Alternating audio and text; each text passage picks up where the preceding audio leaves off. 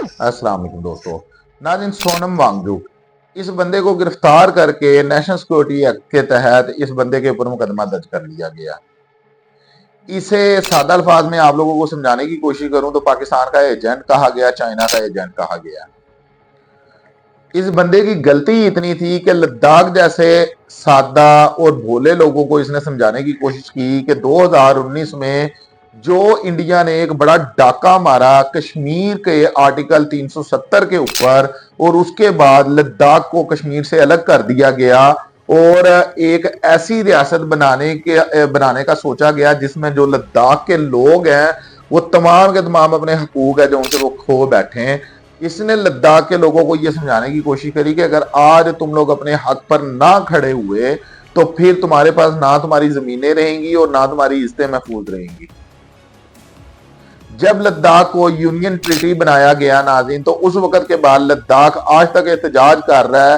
पहले हल्का फुल्का एहतजाज कर रहा था, अब ये एहतजाज इतना जोर पकड़ गया कि अगर मोदी हुकूमत चाह भी ले तो इस एहतजाज को खत्म नहीं कर सकती। अब तब तक जब तक इस एहतजाज का फायदा चाइना ना उठा ले, या फिर तब तक जब तक इस एहतजाज की जितनी डिमांड्स हैं वो मोदी हुकूमत मान ना ले। सोनम वांगचुक ने नाज़रीन सिर्फ ये समझाने की कोशिश की अपनी भोली आवाम को कि भाईजान आप लोग अपने हकूक पर खड़े हों, वरना आपका भी वही अशर होगा जो एक अरसे से बीजेपी सरकार या इंडिया में कोई भी इस तरह की गवर्नमेंट होती है कश्मीरियों का करती रही है। क्योंकि जो लद्दाख है वो पहले कश्मीर का हिस्सा था। जिस वक्त आर्टिकल 370 खत्म किया गया उस वक्त लद्दाख को एक अलग रियासत बना दिया गया ताकि इसको बड़े बड़े जनाब दावे किए गए कि इसको बड़े बड़े इख्तियारात दिए जाएंगे। लद्दाख में से ही कोई बंदा उठेगा, उसको यहाँ का वजीर आला या कोई भी हुक्मरान या ओहदेदार बना दिया जाएगा, वही इसको डील करेगा। लेकिन हुआ क्या, जिस तरह कश्मीर से इसको अलग किया उसी तरह जनाब आकर बड़े बड़े करप्ट लोग और बड़े बड़े जोन से इस तरह के लोग जिनकी लद्दाख की मादनियात पर नजरें हैं उनको बिठा दिया। अब नाज़रीन, लद्दाख के लोगों को इस चीज का इल्म नहीं था। देखिए, मैं यहां पर आप लोगों को थोड़ा सा समझा दूं कि लद्दाख का इलाका है किस तरह का और वहां के लोग किस तरह के हैं। लद्दाख में 90% जोन सा तबका है वो बुद्धिज्म का तबका है और बड़े सिंपल।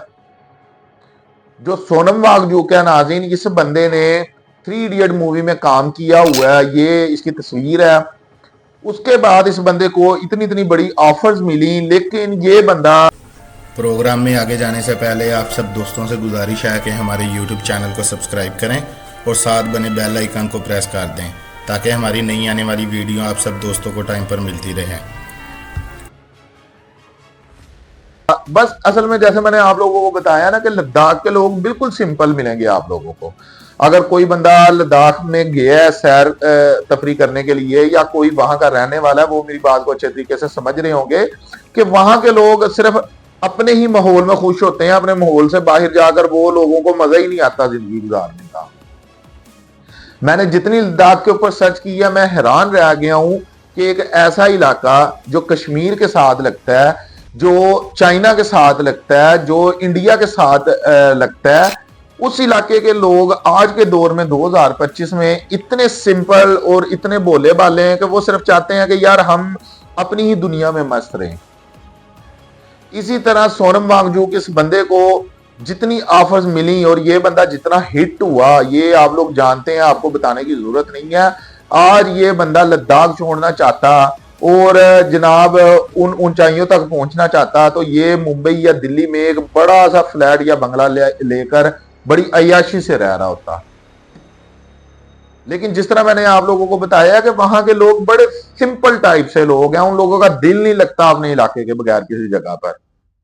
अगर मैं 3 इडियट मूवी की यहां पर बात करूं तो वो भी लद्दाख में बनी है, किसी और इलाके में जाके उसकी ज्यादा शूटिंग नहीं है। 3 इडियट मूवी की जो ज्यादातर शूटिंग है वो लद्दाख में ही हुई है। तो मैं यहां पर आप लोगों को ये कह सकता हूं कि अगर वो फिल्म सारी की सारी किसी और इलाके में बनाना होती तो फिर शायद सोनम वांगचुक है वो ना जाता। और ये टोटल जो लद्दाखी है उनकी नेचर है वो लोग किसी और माहौल में, वो लोग किसी और जगह में जाकर खुश ही नहीं रहते या रह ही नहीं सकते। तो इसी तरह नाज़रीन, जैसे मैंने आप लोगों को पहले बताया कि जो 90% उसकी आबादी है वो बुद्धिज्म आबादी है।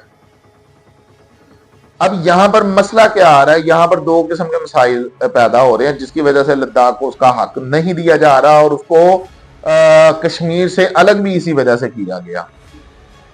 कश्मीर से अलग लद्दाख को इस वजह से किया गया कि जनाब अगर हम कश्मीरियों की बात करते हैं, वो भी उसी माहौल में रहना पसंद करते हैं, और फिर वहां के जो मुस्लिम लीडर्स हैं वो दिन ब दिन पॉपुलर होते जा रहे थे। उनकी अवाम, कश्मीर की अवाम या लद्दाख की अवाम या श्रीनगर की अवाम है, वो उन लीडर के ऊपर अपनी जान देने के लिए कुर्बान थी। एक तो जो बीजेपी सरकार है उसको ये गवारा नहीं किया, दूसरे नंबर पर जो मादनियात है नाज़रीन लद्दाख में, अब वहां पर बड़े बड़े सियासतदान, करप्ट सियासतदान इस तरह के हैं जिनकी नजरें हैं लद्दाख के मादनियात पर। वहां पर वो इनकी जमीनों के ऊपर कब्जा करना चाहते हैं, वहां पर होटल्स बनाना चाहते हैं, बड़े बड़े फ्लैट बनाना चाहते हैं। अब लद्दाख के लोग किसी सूरत अपनी जगह नहीं बेचेंगे, क्योंकि मैं आपको बार बार एक बात समझा रहा हूं कि वो लोग अपने माहौल में, अपने इलाके में खुश रहते हैं, इससे बाहर जाकर वो लोग खुश नहीं रहते। तो इस वजह से पहले उसको कश्मीर से अलग किया गया, उसको हरियाली दिखाई गई, वहां के लोगों को बड़े बड़े जनाब दावे किए गए। उसके बाद अब है क्या कि वहां पर बीजेपी के जो उनसे गुंडे हैं वो जनाब हुक्मरान बनकर बैठे हुए हैं और हुक्म चला रहे हैं उनके ऊपर।